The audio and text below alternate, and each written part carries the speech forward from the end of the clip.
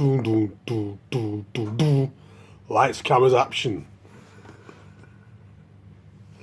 It's been a long day. Another Brass Monkeys day. Another Brass Monkeys day. Really looking forward to the summer now. It's another cold day. It's the 10th of February 2017.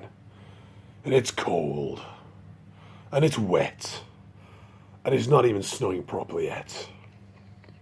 What am I going to talk about today? I'm going to pause it now because I don't know what I'm going to say. I mean, is there anything I haven't already said which I can repeat again?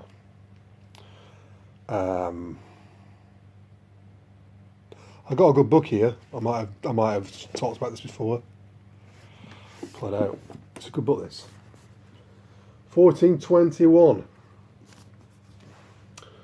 The year China discovered the world.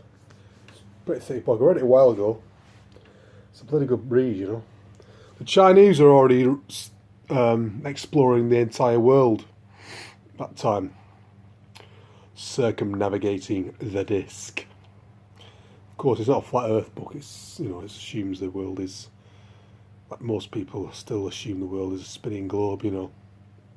Just as I did less than a year ago. But it's a good read.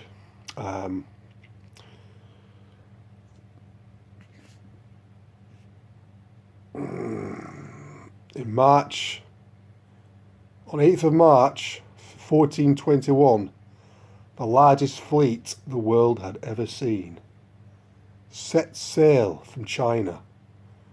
The ships, some nearly 500 feet long, were under the command of Emperor Euroidz loyal eunuch admirals.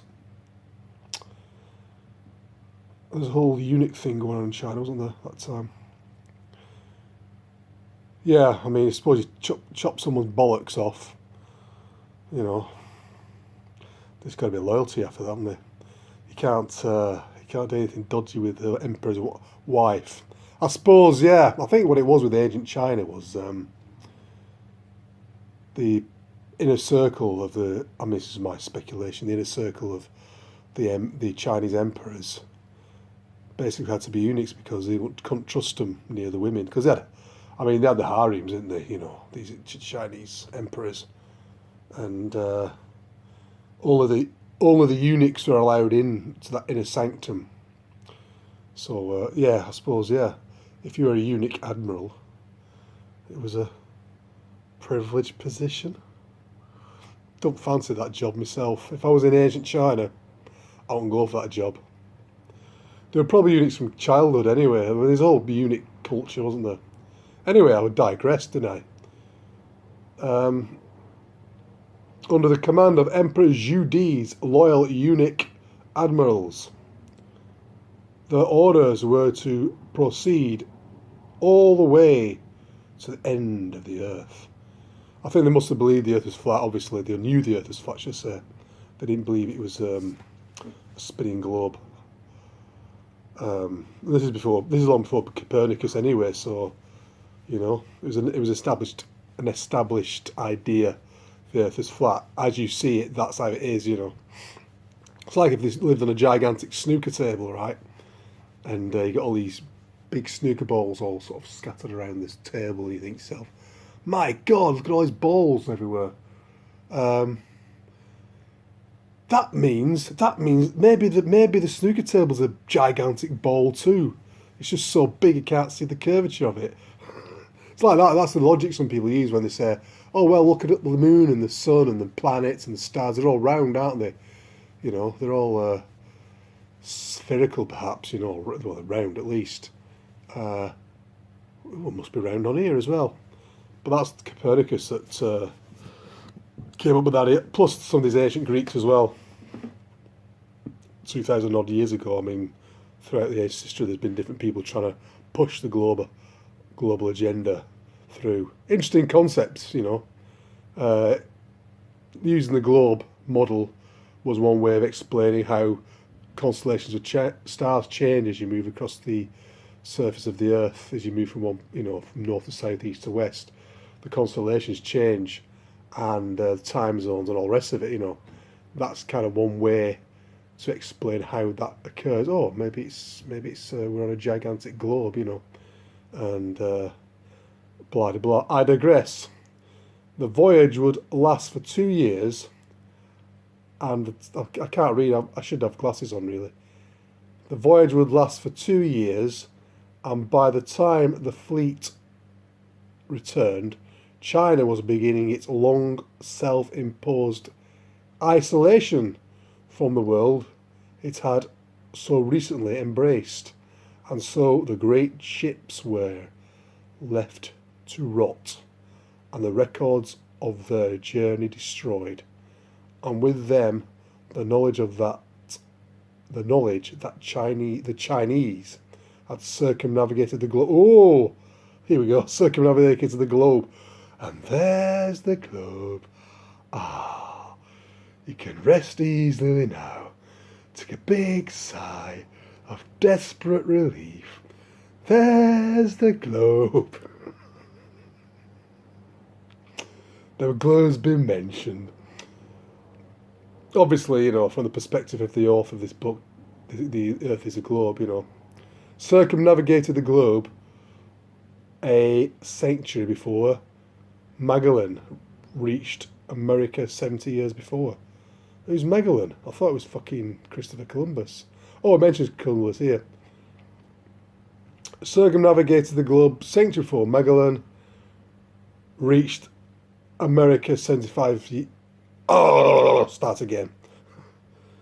Right, I'll start that sentence. And with them, the knowledge of that the Chinese had circumnavigated there's the globe a century before Magellan reached America 70 years before Columbus, and Australia 350 years before Cook. All right, sorry, yeah. I'll get it now. Circumnavigated the globe a century before Magellan. There's a guy that circumnavigated the globe. Sorry, yeah. I got my wires crossed then. Reached America 70 years before Columbus, and Australia 350 years before Cook. The result of 15 years research, 1421, is Gavin Menzies' enthralling account of the remarkable journey of his discoveries and the persuasive evidence to support them.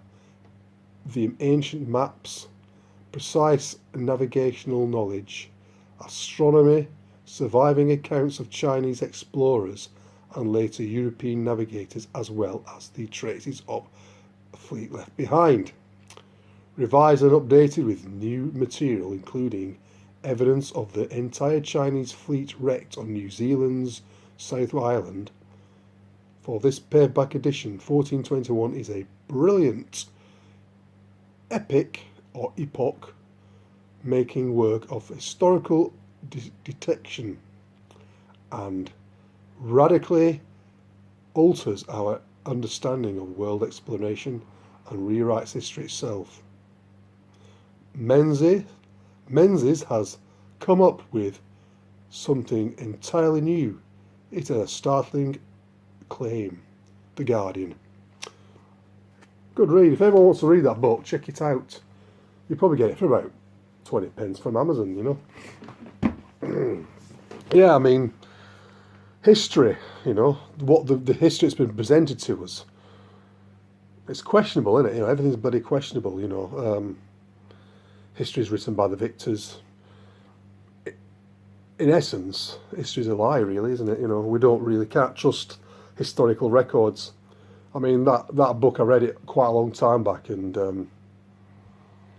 it kind of opened your eyes a bit. And of course, there's been transatlantic travel and transglobal travel then. Oops. There's been world travel going on for thousands of years anyway, I mean, there's the ancient Egyptian mummies have got a trace of tobacco in them, and I saw a documentary on the TV. Must have been true. It was on the TV, on telly. Egyptian mummies with traces of tobacco and cocaine in them. Which is not really native to Egypt, but it was just one of those examples of the ancient Egyptians doing transatlantic trade between the South America and Central America. There's statues in Central America as well of the Africans. They've got the typical African features. Don't look like South Americans at all. And there's also hieroglyphs of guys with big bushy beards and stuff, because Native Americans can't really grow proper beards, just like maybe a bit of wispy bum fluff, but not a proper full-on beard like Europeans or Caucasians and that. So yeah, it's bloody interesting. I mean, then it goes back to you go further back in time. We've been told that we evolved from apes and monkeys, and in short, in the beginning there was nothing, and then from nothing an explosion occurred, and from that explosion, monkeys came out of that explosion and turned into people. That's like the long and short of it, isn't it? I've chucking a few dinosaurs a bit earlier on, but I mean, I've had some like major transforming. I mean, a lot of stuff, that stuff I haven't believed in for a long time. Anyway, Darwinian evolution and mainstream history and all the rest of it. But yeah, it's wake up time. It's wake up time. Peace and blessed love.